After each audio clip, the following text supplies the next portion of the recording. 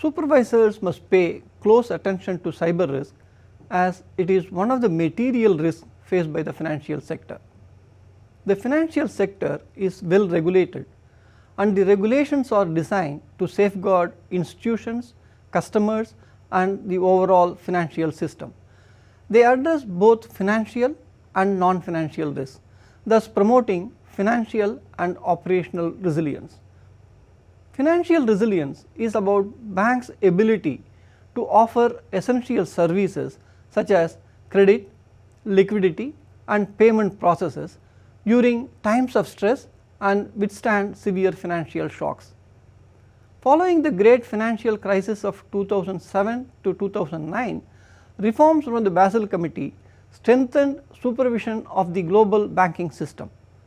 The focus was on enhancing capital adequacy, liquidity requirements and improving leverage to ensure that banks can withstand severe financial shocks and continue to support critical economic activities.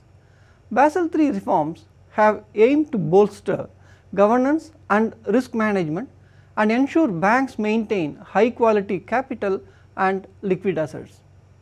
On the other hand, operational resilience refers to a bank's capacity to deliver critical business services amid disruptions.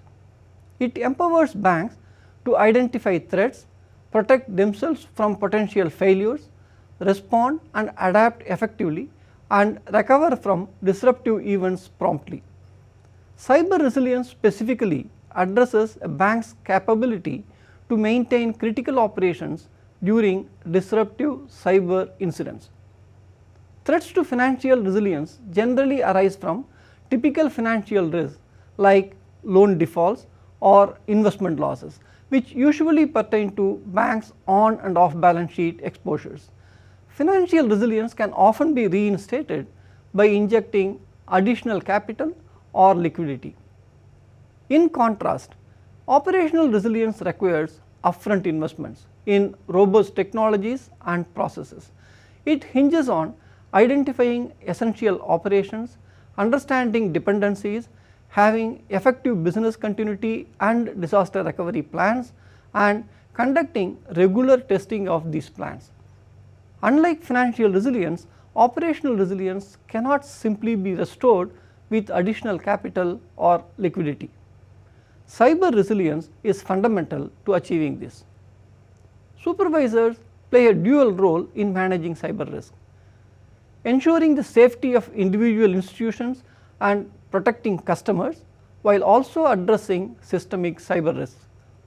Regulations covering information and communication technology, cyber risk including governance, risk management, IT operations, cyber security operations, incident reporting, business continuity management and third party risk management must clearly outline expectations for regulated entities.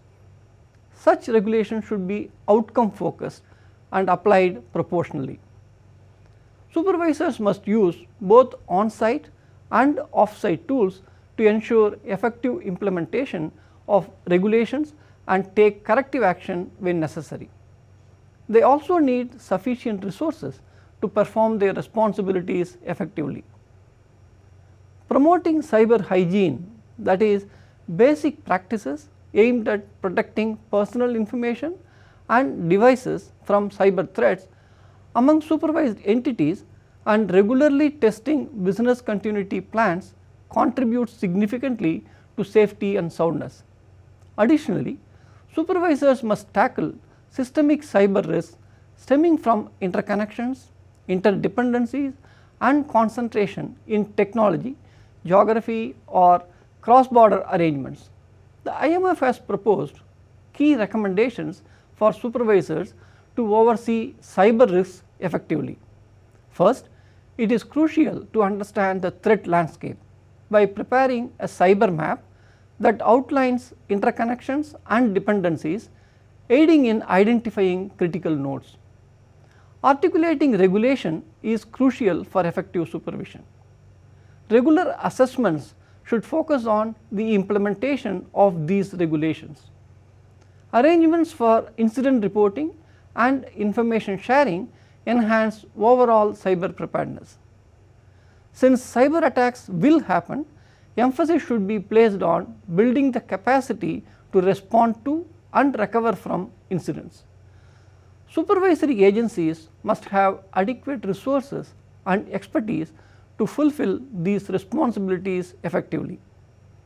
Beyond all this, the question is how supervisors can develop a risk management framework to address cyber risks.